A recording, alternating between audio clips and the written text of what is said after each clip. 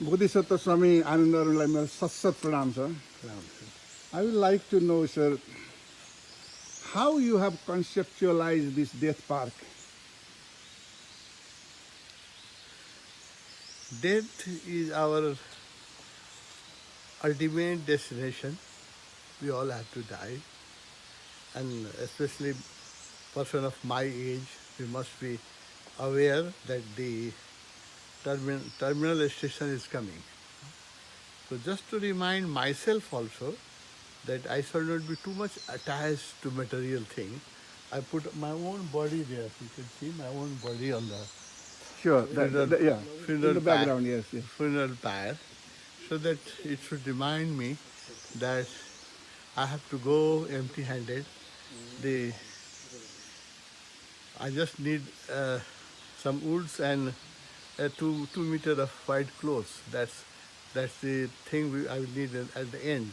And whatever I have collected, I must utilize it, distribute it before I die. Otherwise, it will remain in the bank or in the Lal Puja. No? So that reminds me that whatever I have, I must utilize it for the betterment of the humanity.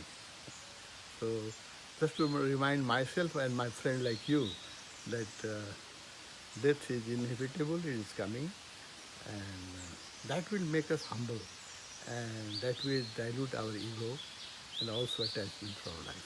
Thank you, sir. This mortality awareness seems to be very important for various wisdom traditions. And I have seen very many spiritual masters, as well as philosophers, poets, different people have said very many different things that mortality or the death is not a bad thing, but it is a quantum leap of creativity. And you have also clearly mentioned that in order to realize that, in many spiritual practice, they are sending their disciple, monks, practitioners to the cremation ground or other places. What kind of contemplation they do there when they go to the cremation ground? Actually, at the moment, that practice is not very popular. At the time Buddha started this practice, he used to send his monks to the burning heart to go and see. I send my my fellow travelers to hospital and to ICU and on um, support machine when people are in the hospital on support machine. I myself have my children are doctors, so sometimes I have to opportunity. So I have watched how painfully they live on the support machine. So that gives a real vairagya because they are living but they are 90% dead. So these days, my fellow travelers whom I initiate into meditation, I tell them to go to hospital and see in ICU unit and on the support machine. That's more painful, no? They are breathing, but mechanically supported even to breathe, no? And there also they cling to the life. They don't want to die, no? So that gives the insight. So these days I send my people to whom I initiate to go to hospital and see. There are also number of studies and science about while still living, there are something called out-of-body experience. Is that is possible voluntarily also? Because involuntarily that happens. So many reported science. The yogi, bodhisattvas and the spiritual master like you, is it possible at the phenomenological level that one can go out of the body and witness your own body and every reality as it is? Is it possible, sir?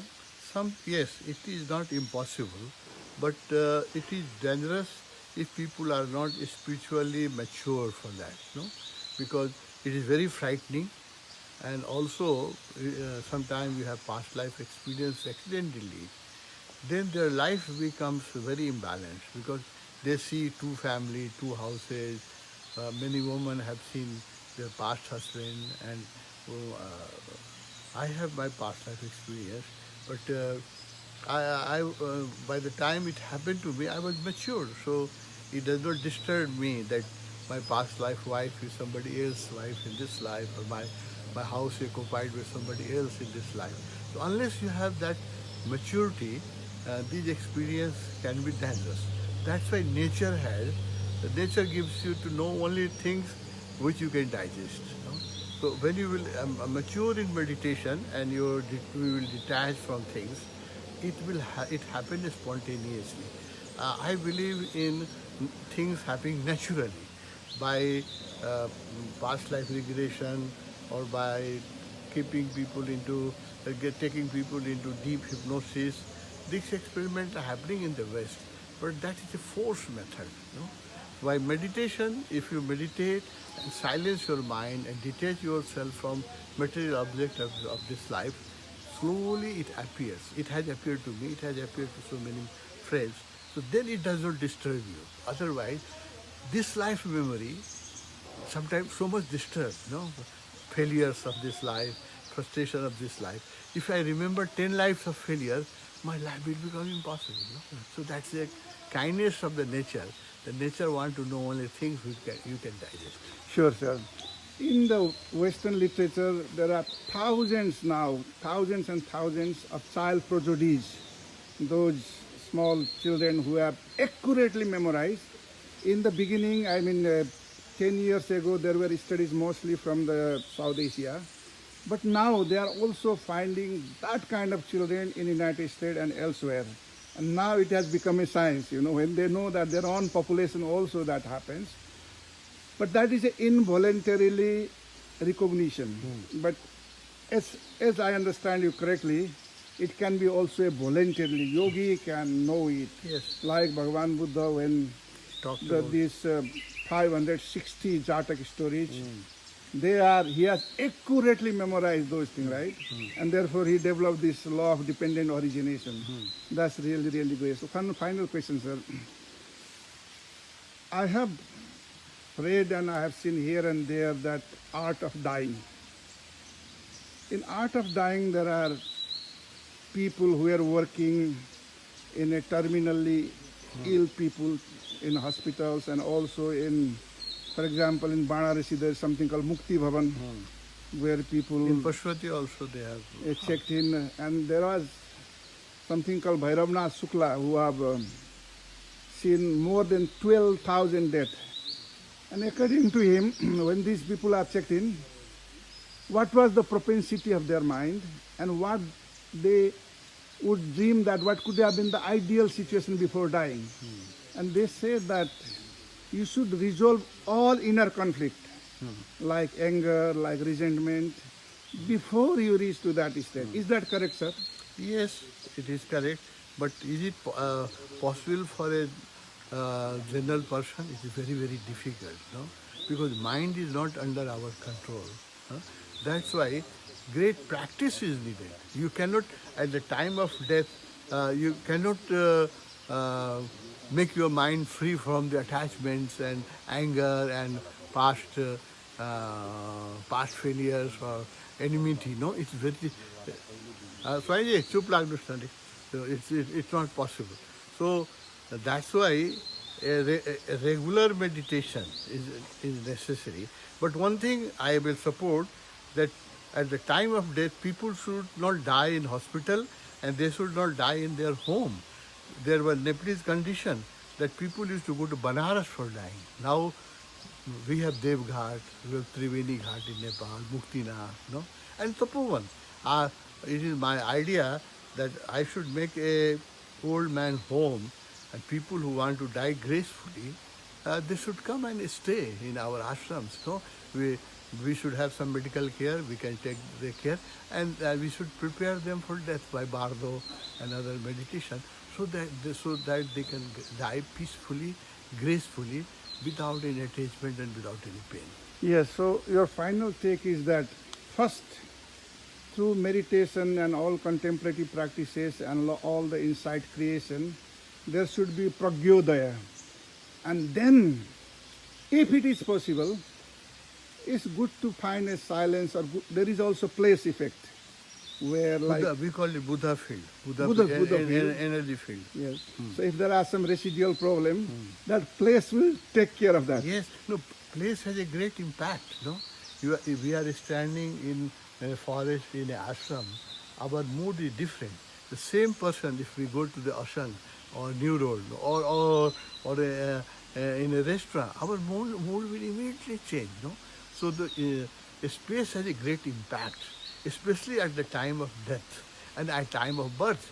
So I have suggested to local government that they should make maternity center in Lumini. I have met thousands of people in the West where the ladies want to give birth to their child in a holy place. So I have requested, but government, these things, very difficult to convince the government. I have requested government of Nepal that they should make a maternity hospital in Lumini where many Western women want to come and give birth to their child in a holy place, in a Buddha field, They want to live a month before the delivery, they want to come. And similarly, death. So this Nepal is a holy place, It is an ancient Buddha field. We should make two homes, death home and birth home in Nepal. That's my request to you. Please promote this idea and help me that I could convince the government that thousands of people from the West, they have told me that they want to give everything to Nepal. They want to die peacefully, make a space for them to die peacefully. So if this thing is promoted, Nepal will be financially also benefited, and also people who depart from this world, they will go in a very happy life. So to sum up, for right art of dying, there should be right art of living. Second thing, we should continuously, throughout our life, have some kind of spiritual orientation or wisdom-based life. Third one is that the place also matters, and particularly we from South Asia, from Nepal, India, we are very privileged to have that. And we have an additional benefit to that one. And please bless me that I will have this awareness.